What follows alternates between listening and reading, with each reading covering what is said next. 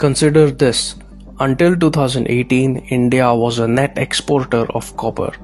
Its export of refined copper products for the year 2017 to 18 was 3,78,555 tons. However, it fell down drastically to 47,917 tons in 2018 to 19.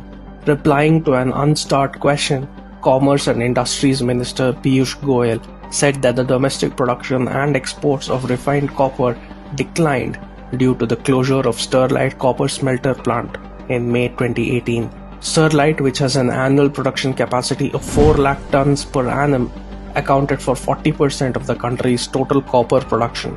On the other hand, Pakistan's copper exports to China stood at $787 million in 2021, up from $35 million in 2017. That's more than a 2100% increase. Pakistan's copper exports has been unprecedented since the closure of Sterlite. This is not to convey that Sterlite's closure was a doing of China or Pakistan. However, it does tell us how a social unrest fomented by dubious NGOs in the southern town of Tamil Nadu was taken advantage of by these two countries. Similarly, the Neutrino project has been facing protests due to the fear-mongering and peddling of misinformation by dubious environmental NGOs. A frenzied campaign by a bunch of NGOs, the media, and social media influencers got the woke elites of Mumbai to hit the streets and stall the metro car shed project. And it's not just the development projects of the BJP government. The Kudankulam nuclear power plant faced similar hurdles when the Congress-led UPA was in power. All these protests have something in common. They are protests supported or spearheaded by activists who either have their own organizations or are supported by the ones which are foreign funded. Western donor agencies have propped up a huge squadron of NGOs and think tanks to work on issues ranging from human rights to the environment. They claim to work on these issues, which are solely aimed at creating social and political fault lines in the country. This is done in a coordinated fashion by a carefully designed ecosystem of NGOs, academia, and the media, or the NAM Troika.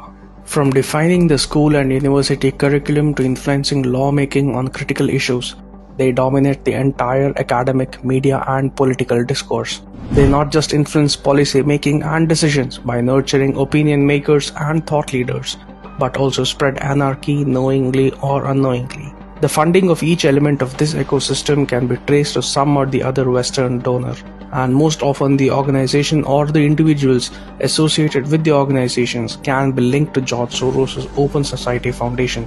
OSF has pumped money directly and indirectly into organizations opposing India's national interests such as Amnesty International, Oxfam, etc. Amartya Sen, who is known for being against the current regime, is part of the advisory council of an NGO, Namati, founded by OSF, which claims to work for environmental justice in India. Organizations linked to Soros have played a key role in fomenting unrest in India. Center for Equity Studies, an NGO run by the social activist Harsh Mandar, was at the forefront of the anti-CAA protests. Not just organizations, individuals are also part of the agenda. They write articles for certain news portals, give interviews, participate in panel discussions, tweet, protest, and engage in other activities that would keep them in the limelight. These are most often left-leaning intellectuals who get projected as activists claiming to represent the marginalized and the voiceless. The media is the vehicle on which all these people ride to engineer social unrest. All the elements part of the NAM Troika scratch each other's back to help them promote themselves at the cost of lives and livelihood. Let us take the example of the Sterlite protests. FCRA NGOs with foreign donations along with activists and a certain section of media houses came together to shut down Sterlite.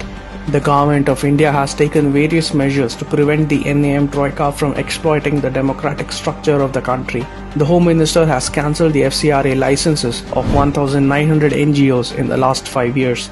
In order to prevent the misuse of foreign funds, the Modi government in 2020 brought an amendment to the Foreign Contribution Regulation Act that will sound the death knell for dubious NGOs.